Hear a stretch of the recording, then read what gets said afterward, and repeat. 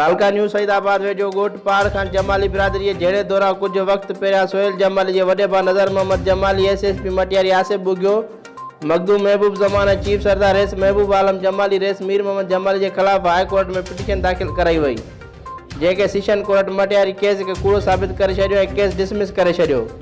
Session court Matiari चवंदो सोहेल जमाली नज़र मोहम्मद जमाली जुमन जमाली अकबर जमाली शौकत जमाली कूड़ा केस वक्तन ब वक्तन दाखिल कराईंदा रहनि था। ॿियनि कोर्ट में दरख़्वास्त या पिटीशन दाखिल कराइनि था। जेकर कंहिं भी कोर्ट में केस दाखिल या दरख़्वास्त या पिटीशन दाखिल करे तो उनके खिलाफ सख्त कानूनी कार्रवाई कई वेंदी।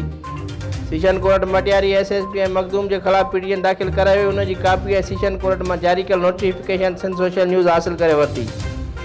Bureau chief Mazhar Jamali Sindh social news तालका न्यूज़ सईदाबाद।